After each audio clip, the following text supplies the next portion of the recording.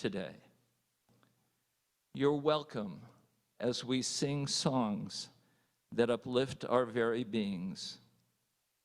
You are welcome to our community as we learn, live, and love together.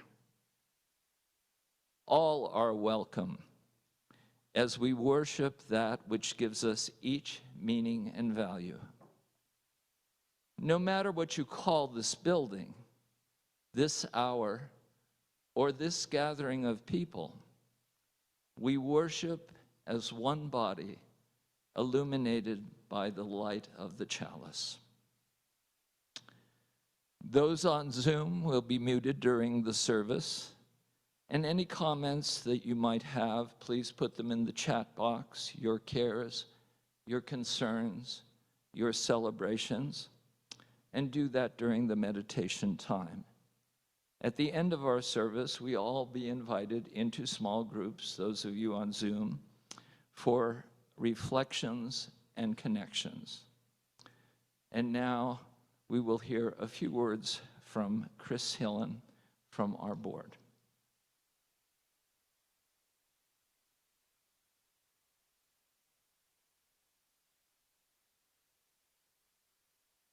Thank you, Bob. Good morning, everybody, and good morning to everybody out in Zoom land. It's nice to see everybody. I would like to speak briefly, under orders, on two issues. The more difficult one is masks. As most of you know, on March 23rd, the Board of Trustees voted to make masks optional effective today.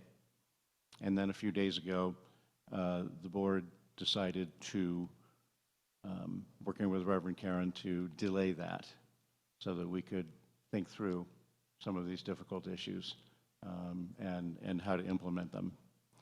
That means that for the time being, masks will be required for worship services and other indoor events here at UUFNN. But for the May 1 auction, masks will be optional, and for services and events that we hold outdoors, masks will also be optional. That includes next Sunday's service, which will be held outside, our first spring service of the year. The decisions on when and how to adjust our mask COVID protocols are challenging. Everybody has faced those challenges in our individual lives. The board is struggling with it because we are needing to make this decision for our entire fellowship and how we will be together. To put starkly the options that the board has had before it so far, there are only two. We can make masks optional, but strongly encourage them. That decision would support the mental health of our members and friends who need social connection and for whom being unable to see faces, the whole person, make it difficult to feel connected. It would also support those members who have difficulty hearing, because we know that masks mute voices and make them even more difficult to understand. On the other hand, making masks optional would make members and friends who carry special risk factors feel more vulnerable and less safe and welcome attending UUFNN in person. Option 2 is to keep the mask requirement for indoor events, perhaps eliminating some of the remaining safety precautions. For those of us who that choice may make our more at-risk members more comfortable and more welcome here at UUFNN, which is one of our core principles. But for those who need to see faces in order to feel connected, or in order to hear well enough to feel connected, that solution would not give them what they need to feel comfortable here. Some of our members are not attending in person because masks are still required. Some of our members who are attending would stop attending in person if we make masks optional. So unlike, kind of like Jim Kirk on Star Trek, I don't like the no-win scenario. We haven't yet found the solution that will make most of us comfortable here with all of these circumstances. I was given a new alternative last week that is worth considering, and that is that we alternate weeks.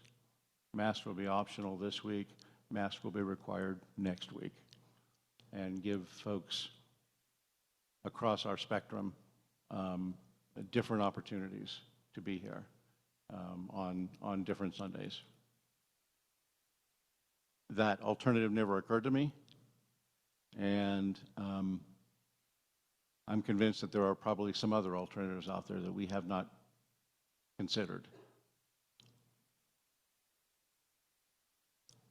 The fellowship is filled with smart, creative people, all of you, who care deeply about one another. It's one of the things that I love the most about this place and this group of people. The board wants to hear from everybody. This is too important an issue for any of us to remain silent. In order to make that possible, for the next 4 Sundays after service, board members will be available here in the great room and on Zoom in a special breakout room to hear from you.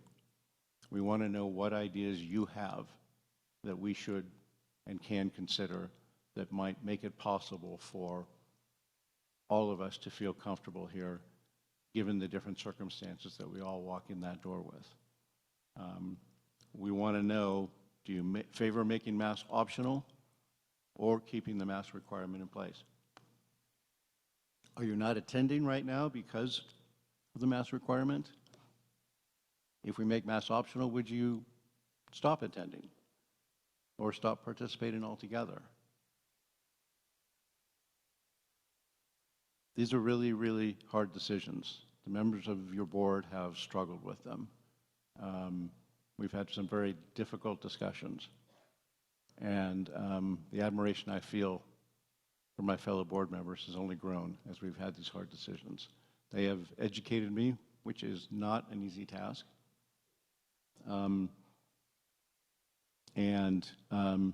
As you can tell, we continue to struggle with what is the best solution. There is no perfect solution. We want to determine if there is a better solution. If you'd like to attend a session on Zoom after the service, put a message in the chat room on Zoom that you'd like to attend the mask discussion breakout room, and our tech team will move you in there after the service. And if you're here, we'll set up here. I think Adrian Fisher will lead the session here in the great room. Barry Hansen and I will be online with folks on Zoom. And we really do look forward to hearing from you. On a much less challenging note, our stewardship campaign concluded, I believe, officially yesterday, although I'm not sure we ever do anything really officially here. We set a goal this year of $340,000 in promises.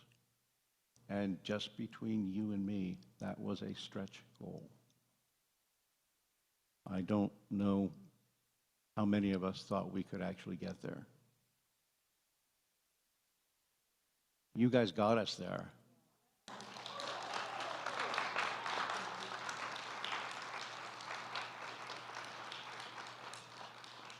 $342,500 in promises.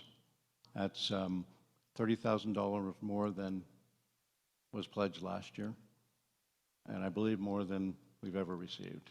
You people are awesome. You are awesome.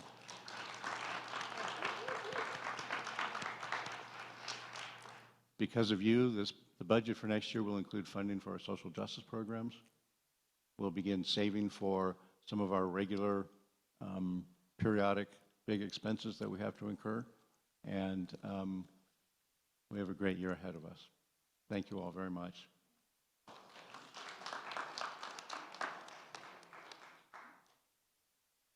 I can't walk away without thanking the members of the Stewardship Committee. Bobby Ma, Betty Hulse, who's here, Lois Bianchi, Linda Bowman, Nancy Oakley, Billy Lee Dunford Jackson, and I hope I haven't forgotten anybody. They did just a fabulous job.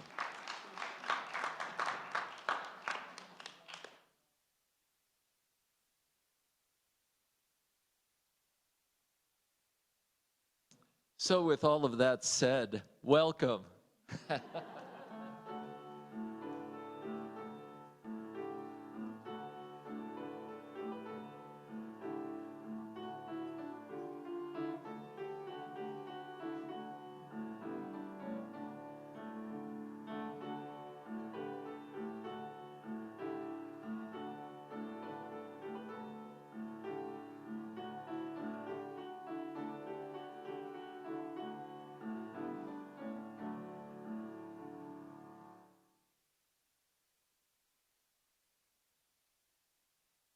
It is said that we are hardwired for human connection. And it is in that place that we come together this morning. We come together across many miles, those who are joining us on Zoom, those who are present in this room. And I want us to take just a moment and bring our awareness to that.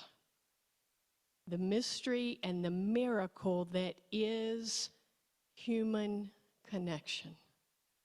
Imagine those spread out in various parts of the country and locally joining us on Zoom. Those of us here in this room. It is so important for humans to feel connected and to belong. And so we take this time each Sunday morning to raise our awareness of many things, but especially to experience that. So I'm going to invite us to take a deep breath and see if we can allow to rise up our gratitude for that sense of the mystery and the miracle of connection. Let's take a deep breath, and if you like, let it out with a big sigh. Thank you. Bob Alto will light our chalice in this space for us this morning, and we invite those of you who are gathering on Zoom to access the chalice that you have nearby. As I share with you our chalice lighting words this morning from Wendy Bartell and Lynn Gardner, co-ministers in Rochester, New York.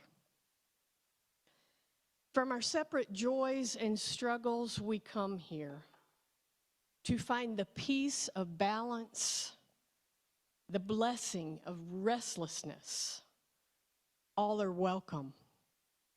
To follow, to lead, to teach, to learn, all are welcome. To join in the dance, to catch our breath, to give generously and receive gratefully. If we are steady and composed, if we feel completely lost, if we don't know what we're feeling, this community has a place for us. Here we matter and we are loved.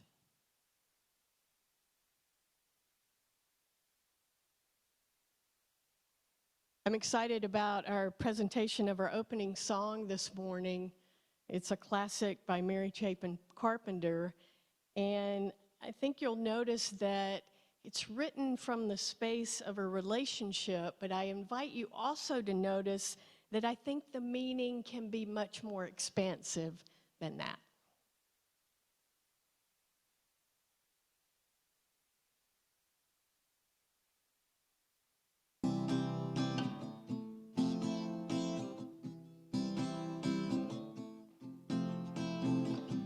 Show a little inspiration, show a little spark, and show the things that drew me to you and stole my heart. And tell me something I don't know instead of everything I do. And look at me as if I mean something to you. Our hearts are beating while we sleep, but while we're wide awake, you know the world won't stop and actions speak louder. Listen to your heart and what your heart might say. Everything we got the hard way. So show a little passion, baby. Show a little style. And show the knack for knowing when and the gift of knowing how. And have a little trust in us when fear obscures the path. You know we got this far, darling, not by luck, but by never turning back. Some will call on destiny, but I just call on faith. You know the world won't stop and actions speak louder. Listen to your heart and what your heart might say. Everything we got the hard way. Caught up in our little lives, there's not a lot left over. See what's missing in your eyes. You're searching for that field of clover.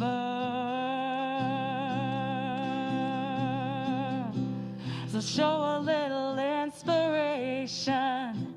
Show a little spark. Show the world a little light when you show it your heart. We've got two lives, the one we're given and the other we make. And the world won't stop and actions speak louder. Listen to your heart and what your heart might say. Everything we got the heart. Everything we got the heart. Everything we got the hard way.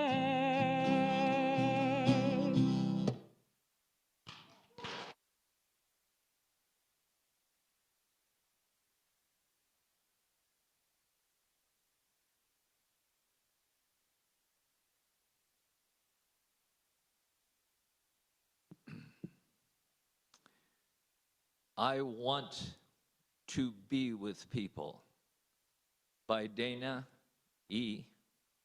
Warstop. Often people say they love coming to a place with so many like-minded people.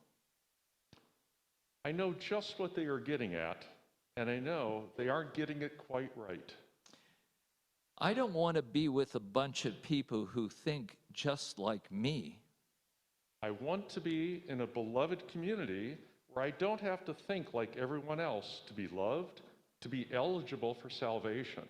I want to be with people who value compassion, justice, love, and truth, though they have different thoughts and opinions about all sorts of things. I want to be with independent-minded people of good heart. I want to be with people who have many names and no name at all for God. I want to be with people who see in me goodness and dignity, who also see my failings and foibles, and who still love me. I want to be with people who feel their interconnection with all existence and let it guide their footfalls upon the earth. I want to be with people who see life as a paradox and don't always rush to resolve it. I want to be with people who are willing to walk the tightrope that is life and will hold my hand as I walk mine. I want to be with people who let church call them into a different way of being. I want to be with people who support, encourage, and even challenge each other to higher and more ethical living. I want to be with people who inspire one another to follow the call of the Spirit. I want to be with people who covenant to be honest, engaged, and kind, who strive to keep their promises and hold me to the promises I make. I want to be with people who give of themselves, who share their hearts and minds and gifts. I want to be with people who know that human community is often warm and generous, sometimes challenging, and almost always a grand adventure. In short, I want to be with people like you.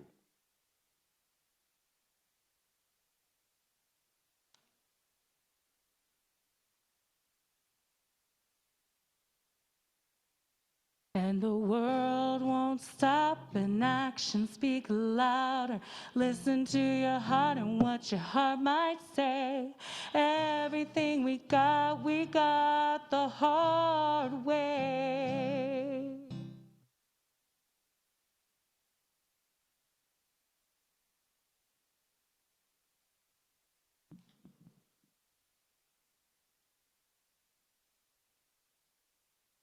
Do you remember growing up in school and you come back in the fall, you had to write that paper or share that speech on what I did during my summer vacation?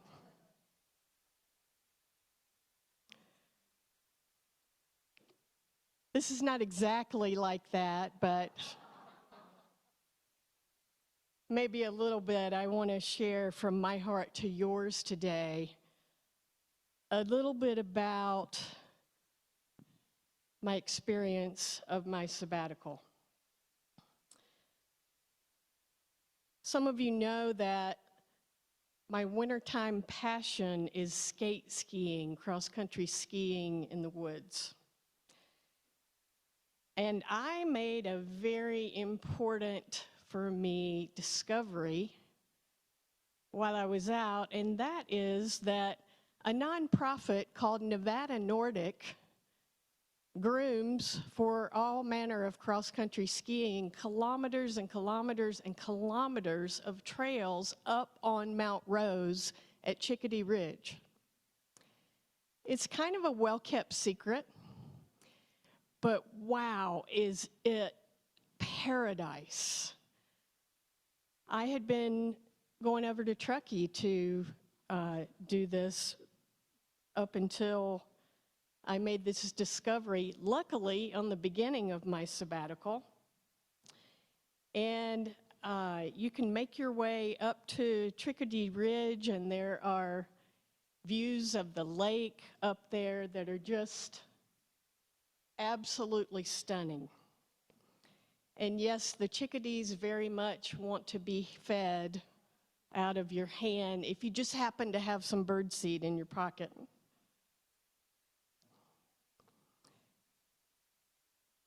This is how it looked some days, if you can see this.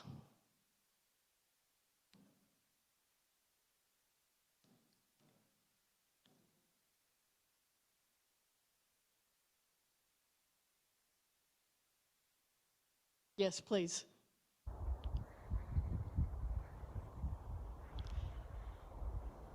If you can see back up in the trees.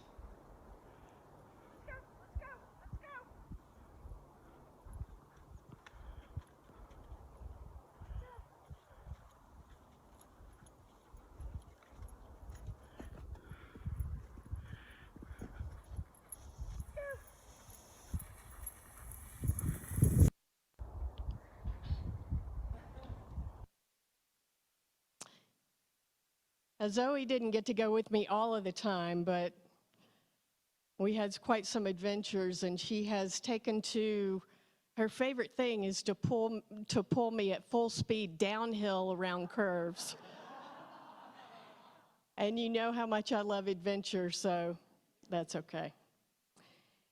It would not be a stretch to say that probably 40 out of my 60 days away, I was out in the woods doing that,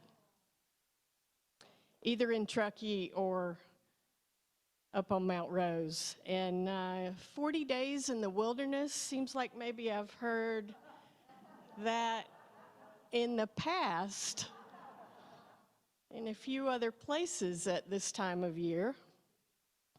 But what I want to share with you today is what came out of that time.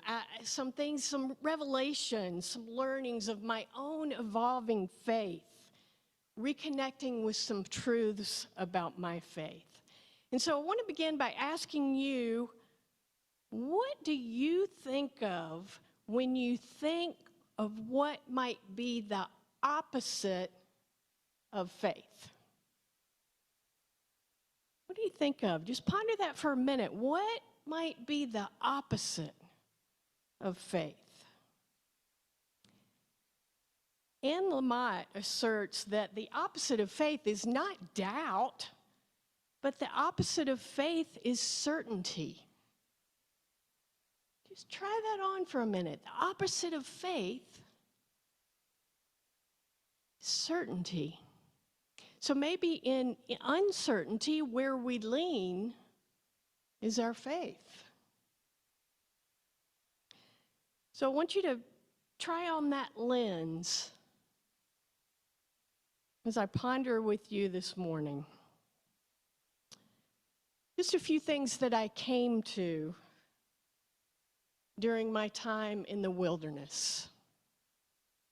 One is that my faith has to be alive and mysterious and challenging and full of wonder. You know, it's one of the things that I love about our UU faith. If it were packaged and tied up neatly like a bow and had all the answers, I would be bored out of my mind. It is really the mystery and the challenge of that draws me in ever more deeply. Faith is a verb, and I must be actively engaging it. And faith is best done in community. I believe very much in faith lived out in community and in community's ability to change the world. Another thing that I came to that was really important for me during this time is I can't change the world situation. You know, over the last few years, it feels like as we have lived and gone through various world events, the world just feels more and more and more out of control. And I don't even need to give you the litany of all of those things. But what I came to is that I can't change it, and I especially can't change it by myself. I can only change and control my response to it. There are times when despair feels like an appropriate response.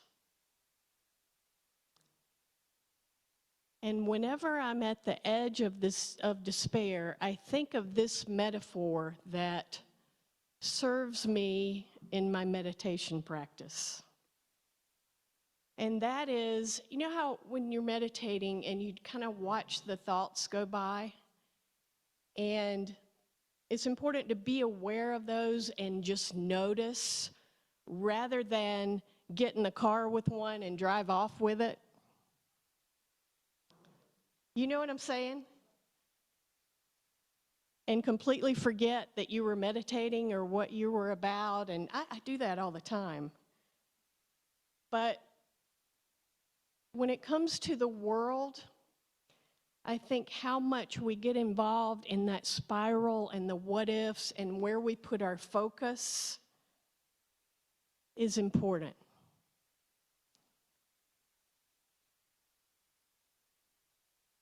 And I really think that part of why faith must be lived in community is that together we can influence changes that can help the world situation that we can never do alone. We can make a difference.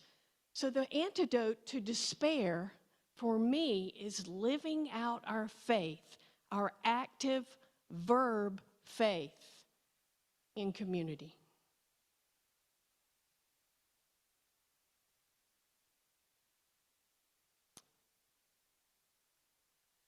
And the last piece that I really want to focus at length with you on is that one of the things that I came to in this unstructured or less structured time, the gift of a couple of months, is that what I need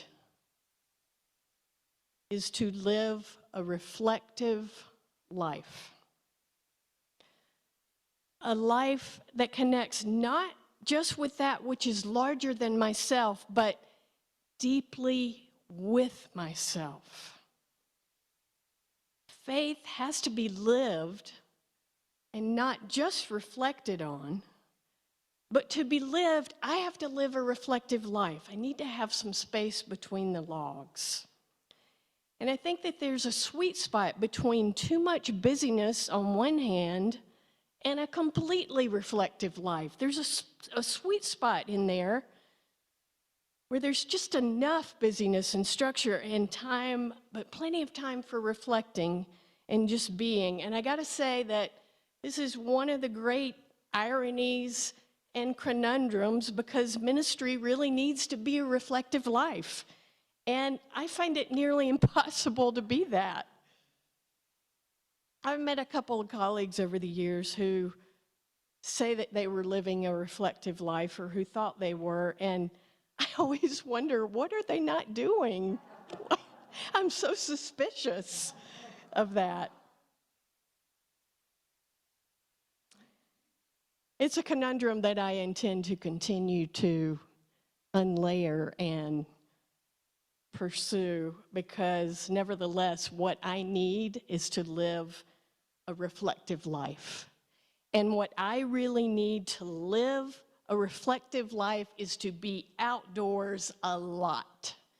Outdoors, fully engaging my physicality, embodied, where I experience the thrilling union of mind, body, and spirit in a thriving and powerful way. You know, when I engage that on a regular basis, I'm a different person. I move through the world differently. I see myself differently. I experience myself differently. I'm healthier. I'm more present.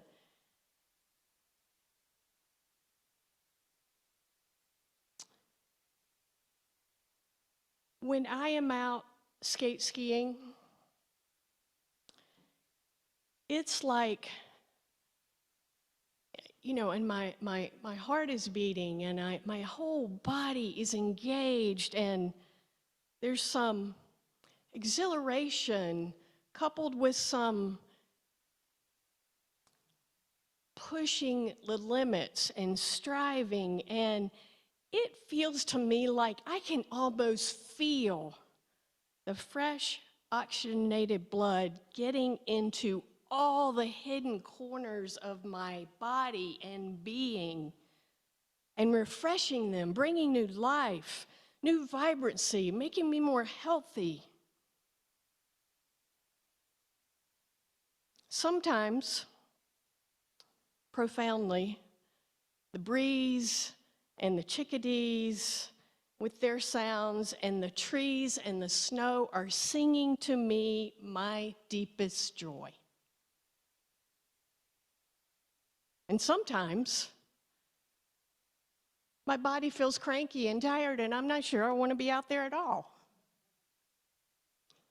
And most days, it's somewhere in between.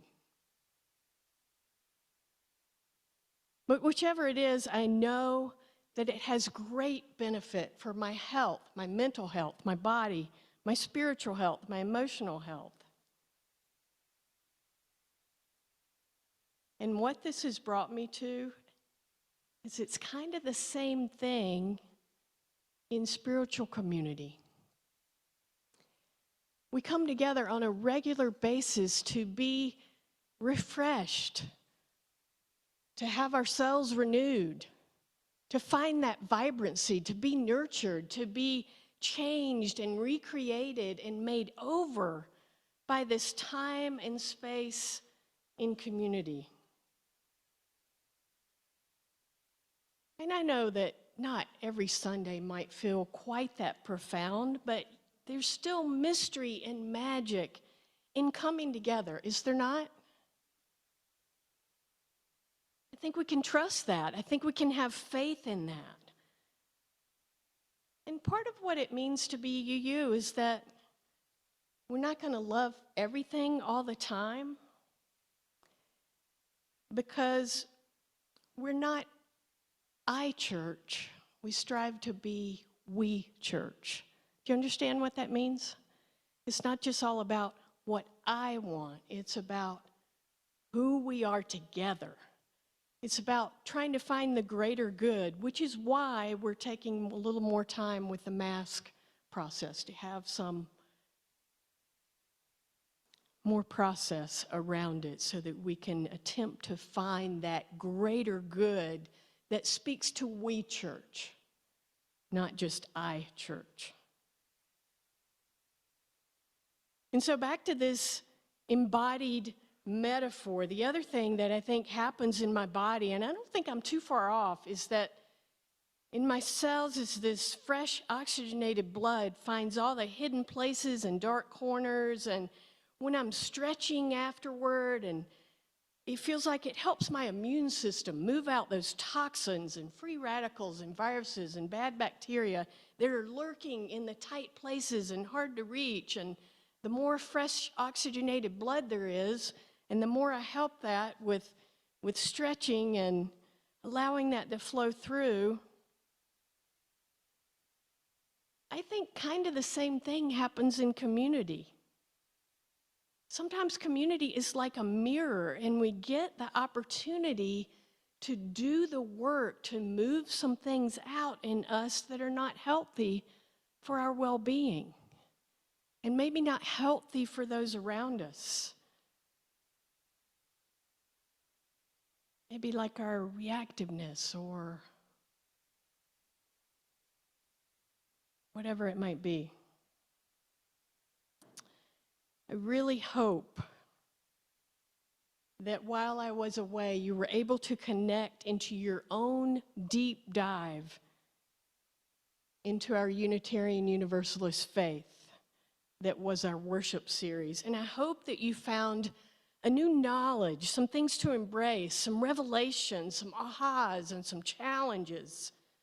And I hope that it plugged you in more deeply in some ways. I hope that you found some questions.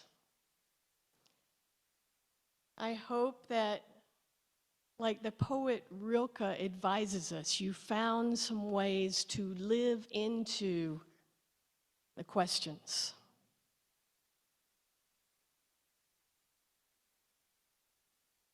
And so I want to ask you today, what is it that you need to really plug into your faith?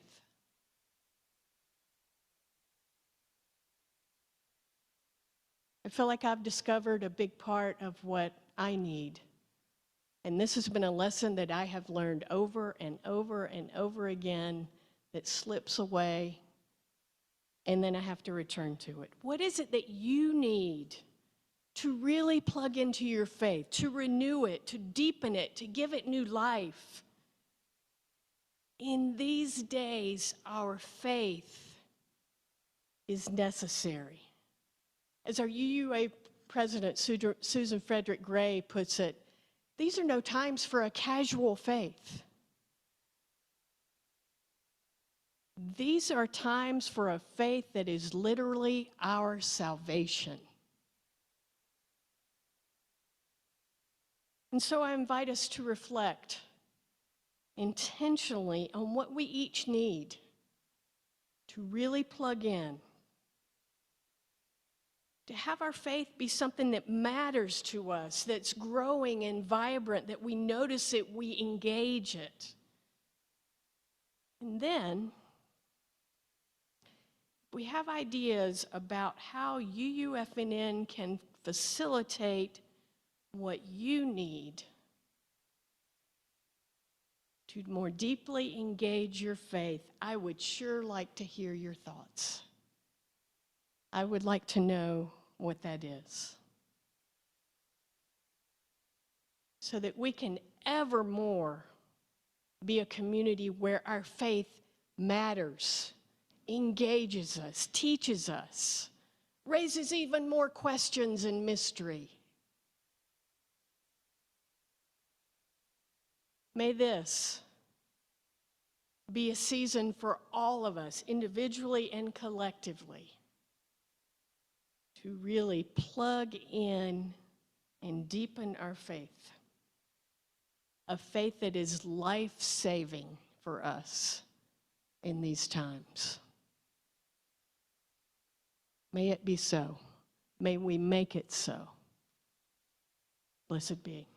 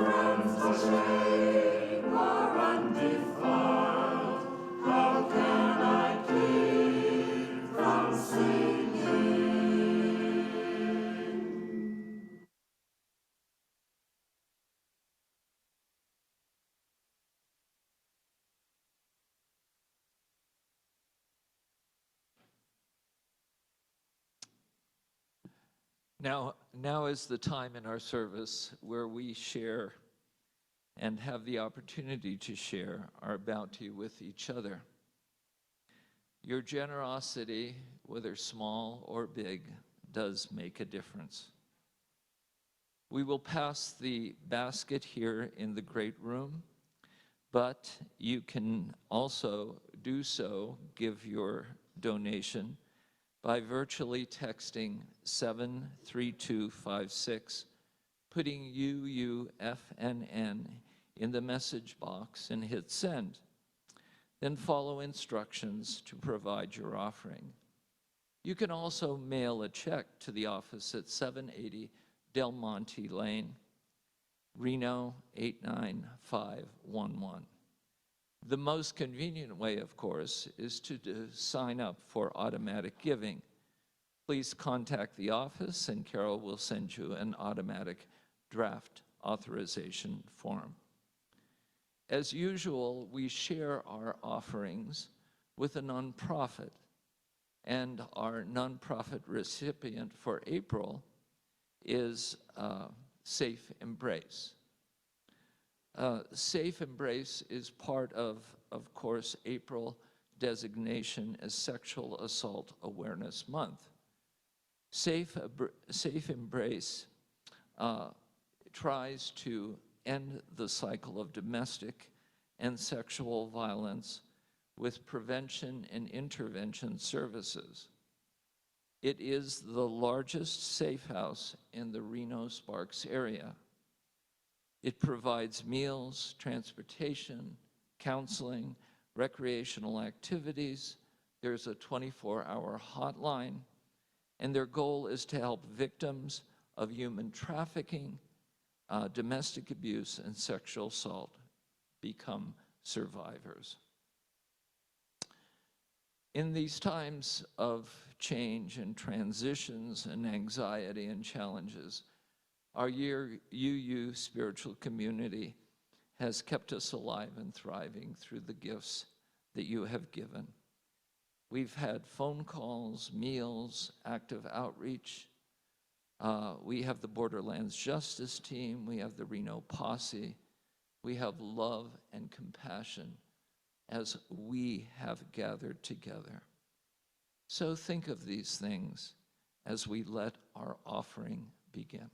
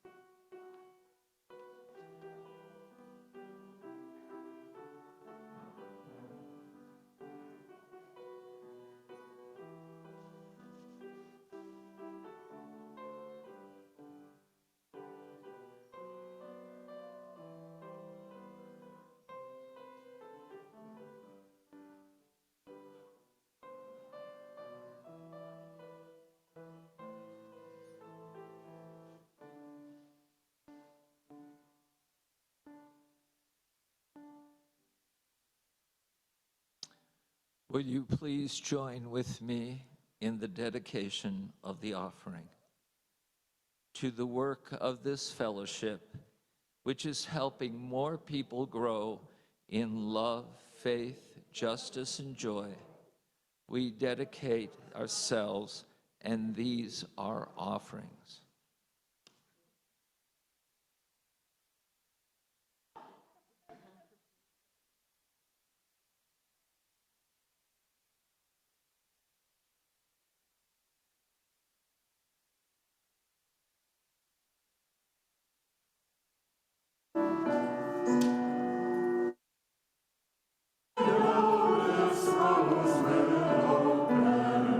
I know my fear will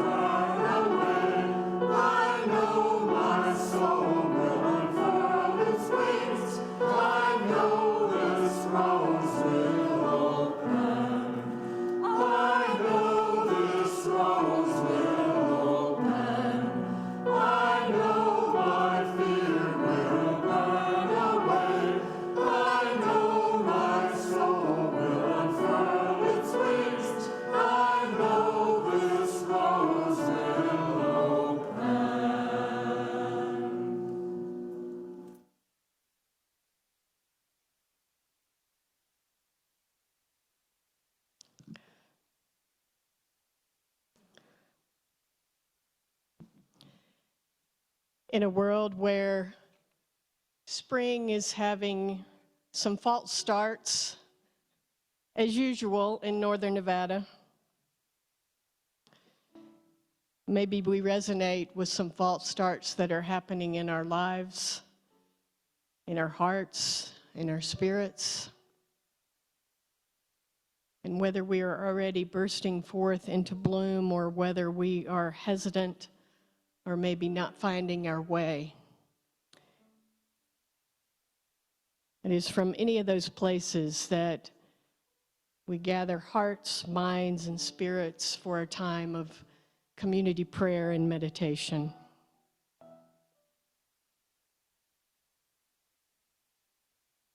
And so we take these moments of quiet to tune into our dreams and our hopes, our worries, our fears, our longings. And we allow them to speak anew to us, into our hearts and our spirits, to help us chart our path. We call to mind this morning those who are in a time of grief, those who are experiencing loss or illness or loneliness or depression.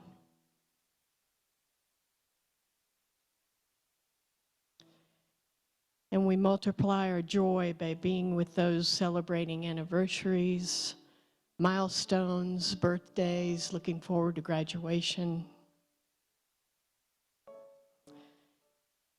And we take these few moments for reflection.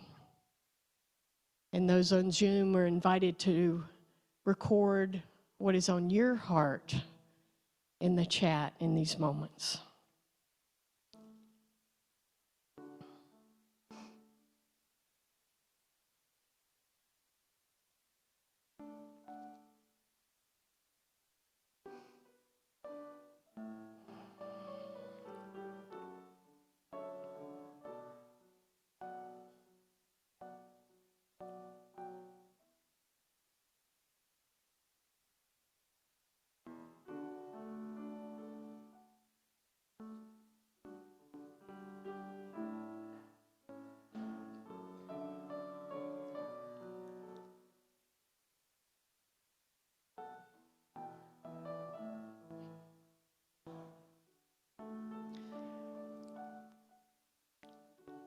And so we gather all of those intentions of our hearts, those even that are held in such deep places we have no words. And we know and trust that they are held together in the heart of love. Amen.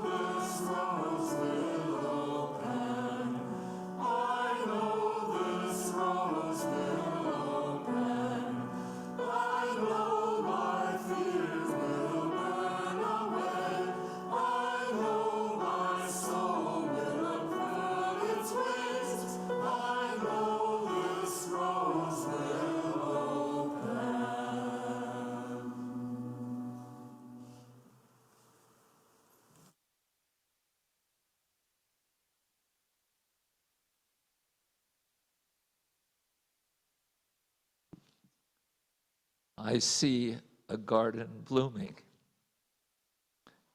Thank we for being here. The intrepid auction team is continuing to have and will have a fabulous auction this year. Themed May Day, May Day. It will include a lunch, a live auction, some silent bidding, and will be held right here in the great room after service on Sunday, May 1st. The May Day call for help today is for three things.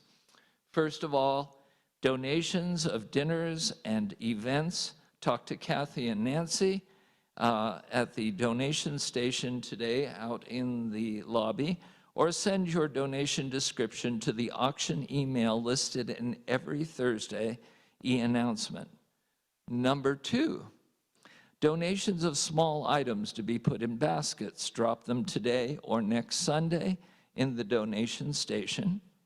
And number three, RSVP for the auction lunch. If you need gluten-free or vegetarian, you can be accommodated. You folks on Zoom can even enter your RSVP in the chat box. Let's all answer the May Day call to make our auction successful.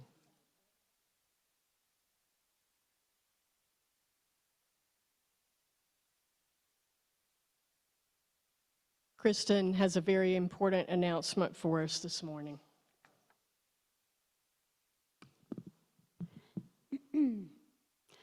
As you all know, over the last several years, with your support and encouragement, I have been pursuing my call to ministry. And now, after having completed seminary and completed the hospital chaplaincy, the next step is for me to do a ministerial internship somewhere. And so I wanted to let you all know that I have been offered and have accepted a position as the ministerial intern at the Unitarian Universalist Congregation in Albuquerque, New Mexico. Thank you.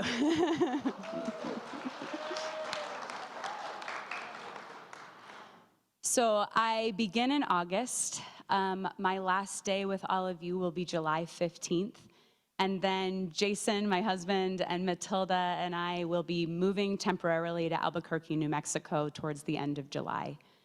I am excited about this possibility, and I'm sure you all know that it's such a bittersweet change for me. It's the logical next step, it's an important next step, and I have very much loved working with all of you, working with Reverend Karen. I'll stop there. Albuquerque is a really good opportunity for me because I have never served a congregation larger than this one. It's only been this size congregation or smaller. The congregation in Albuquerque has 840 members. And I think it's a really important step for me as I become a minister to get a sense of what it feels like to serve a large congregation like that. There's lots of other reasons why this is going to be a great fit for me, but I'm really excited about the opportunity, and I will hate leaving you all. So between now and July 15th, the Religious Education Committee and Reverend Karen and I will be working on making the transition seamless for all of you and for whoever steps into the position next. So I love you all, and thank you for your support. I almost made it there.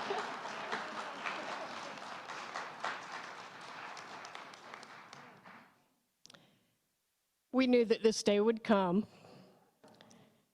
but that doesn't mean it's easy for any of us. So the board and the RE committee and I will work together on, there is no replacing Kristen, but what our next steps will be around that. But in the meantime, we want to spend the next while really celebrating Kristen and her ministry here. And we will have a party that will be worthy of that, probably on December 9th, sorry.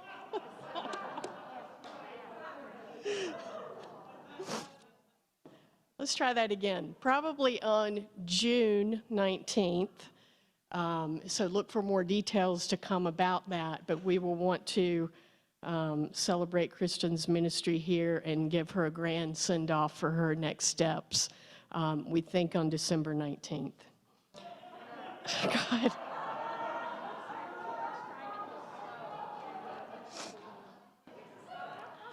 I told the choir earlier today that I wasn't sure I remembered how to do this, so now. Clearly, my calendar is way off. June 19th. I wanted to let you know also that next Sunday, Kristen and I will be leading a very special service to celebrate Easter and Earth Day outdoors behind the RE building. That will be mask optional. We invite you to bring a chair if you can. If you can't, we'll have that taken care of for you. But that will be a uniquely interactive, creative service, and really invite you to. That will be a great one to bring your friends, bring your neighbors. Let's really have a grand time outdoors next Sunday morning. And we close our service with Be Thou Our Vision, Be Thou My Vision.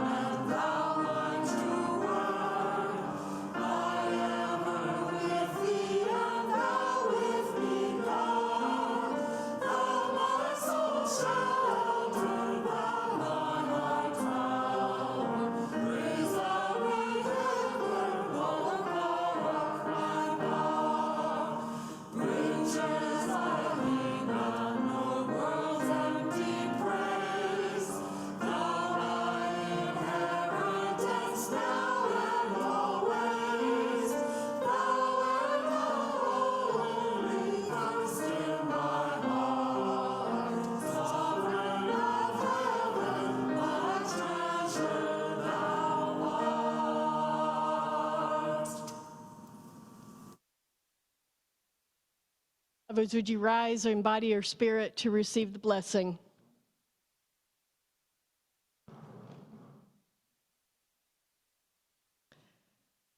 By the mystery and miracle that is community, our journeys are interwoven. You are loved, you are valued. Make no mistake ever that you cannot even imagine how loved you are. Because of that, you are a spark of love in the universe. Let us go forth and fling that forth into the world lavishly. Blessed be, amen, and namaste.